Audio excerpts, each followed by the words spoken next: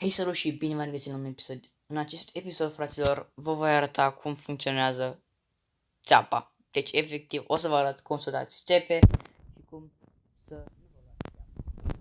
Bă, fraților, primul rând, vă luați o mașină. Eu o să iau pe asta, pentru că e rar, destul de rar.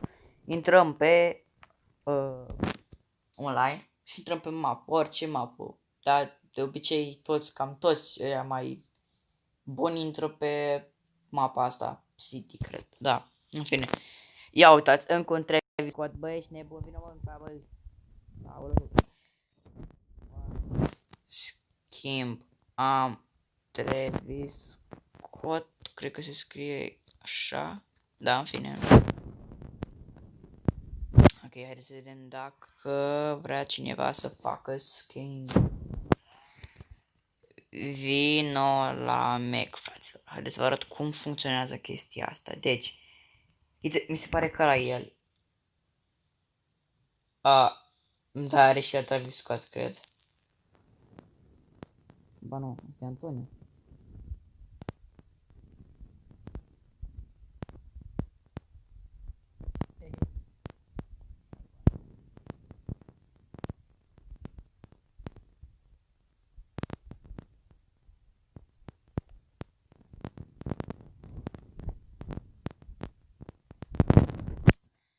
Bogdan, vino la Mac. Vino. Oh, ok. Facem schimb. E destul de rar. Deadpool, fraților. Hai în PV. Tu mapă. Fără parolă. Îi dăm și friend request. Ok, fă parola 2. Mă scuzați pentru chestia asta, dar aparent vecinul face construcție acolo, nu știu ce face, nebun. Da. Are tren, dacă reușim să țeapă, după aia îi dau mașina înapoi, fraților. Eu nu vreau să vă învăț să dați țeapă. Eu vreau doar să vă arăt cum să dați și cum să nu vă mai luați țeapă. Acum vă arăt cum să dați țeapă, fraților. Deci fiți foarte atenți la detalii, pentru că fiecare detaliu contează. E extrem de important. Trebuie să-i băgați foarte multă vrăjeală, băi. Vrăjeala trebuie să băgați. Dacă nu băgați vrăjeală, nu știu ce vă fac. Nu o să vă funcționeze. Mie funcționează de fiecare dată. Bine, mai sunt și alții care țin foarte mult la mașini. Vino la Mac. Mac.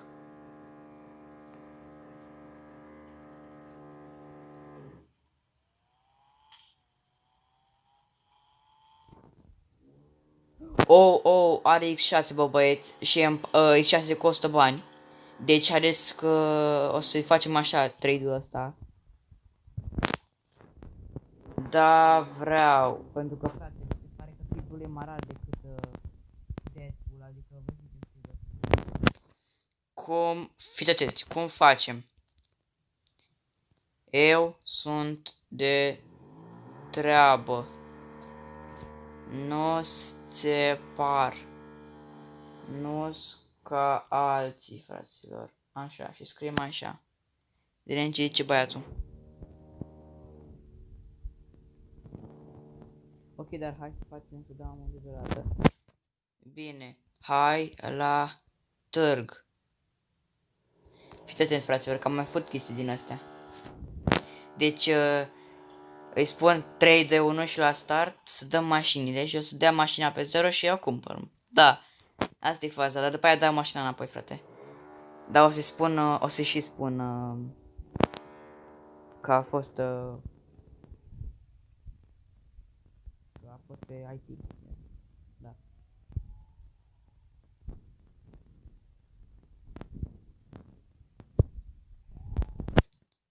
În celălalt colț.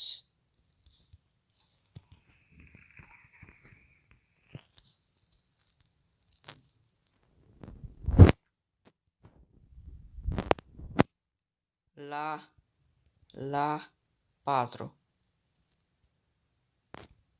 Dăm pe 0. 0 1 2 3 4. Acum. Stai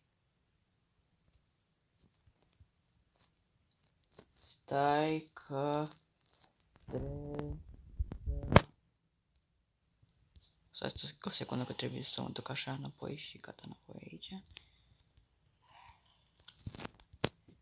Da, dai și tu, da?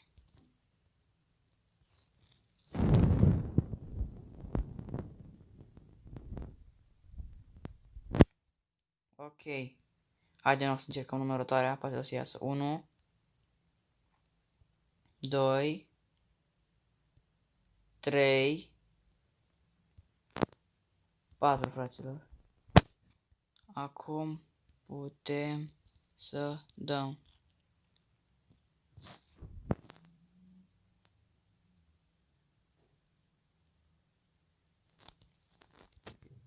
Am 2. Sau stai.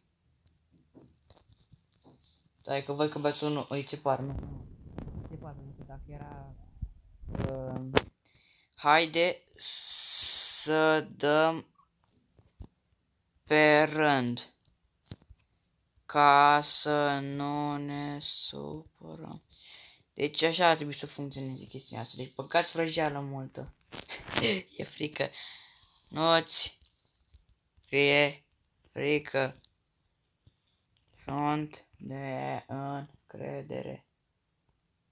Nu-s ca alții. Fiți atenți. Fii atent. Ce designuri mai ai? Fiți atenți, băi. Păi, dar n-am decât 2 mașini. Vrei să facem schimb? Nu. Vrei să-ți dau eu mașina asta? E foarte rară. Pe 2 designuri.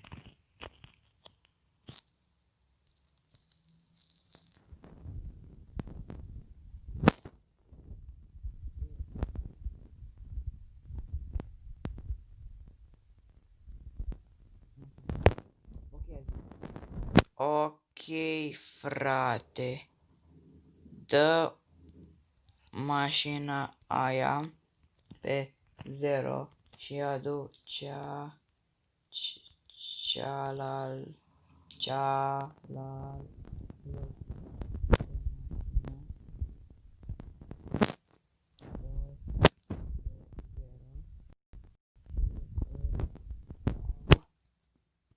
Bani și mașina asta.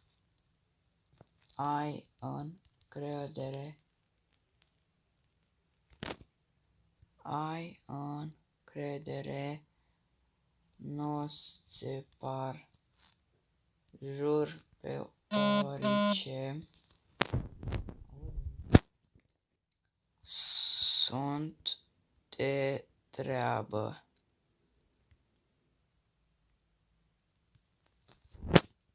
Nu ai Dead? Bă, l-am văzut că are Deadpool. Deci l-am văzut, serios că l-am văzut.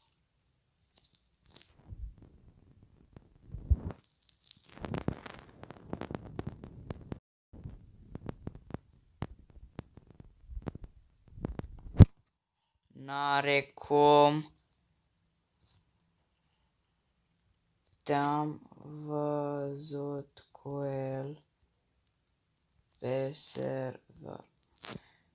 Ok, frate. Ai încredere.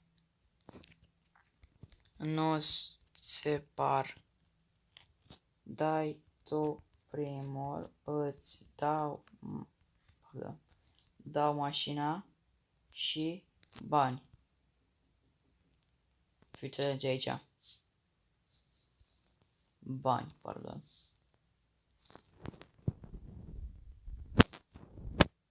Ești de acord? Am lăsat că am fost pe 55. Aoleo, da, nu voi că a făcut asta, mă, că n-are cum pe 55 milioane. Nu ai cum pe 55 milioane. 50 de milioane, frate, am. 50 de milioane am. Bun.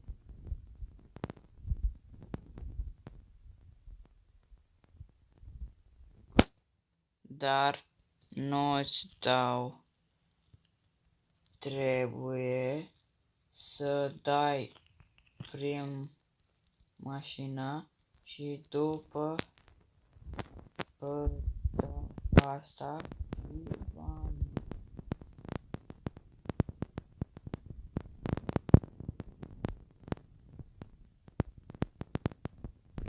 Dai cumva da mașina pe 0 și după aia da cancel și n-am văzut eu sau?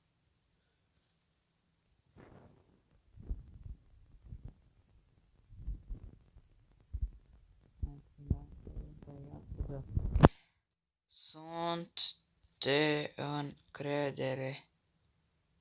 Nu, dacă vrei să vă mașina pe bani, vrei, nu mai am decât 81k, că gen am cumpărat asta cu 50 de milioane. Facem de schimb de mașini. Decât, da, decât schimb de mașini. Ok, frate. Ok. Dai tu prim pălăsă că sunt de încredere. Nu dau țeapă. Promit. Nu ca alții. Deci ăsta este procesul, fraților. Trebuie să faceți chestia asta, să-i băgați vrăjeală, bă. Dacă nu băgați vrăjeală, el o să creadă rău. Ok, frate. Ai încredere.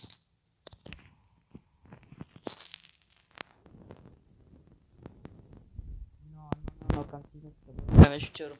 Stați puțin, fraților, să mă duc repede să... Stați puțin să pun pauză. Ok, fraților, am făcut rost de mașină. Acum mă duc și dau mașina... Stai-mă, pasăre. Mă duc și dau mașina înapoi imediat pentru că băiatul s-a supărat un pic pentru că era începător și n-am. Aici voi încheia episodul. Dacă v-a plăcut, nu uitați să dați un like și un subscribe. Eu am fost Metri. Ne vom revedea data viitoare. Pa, pa!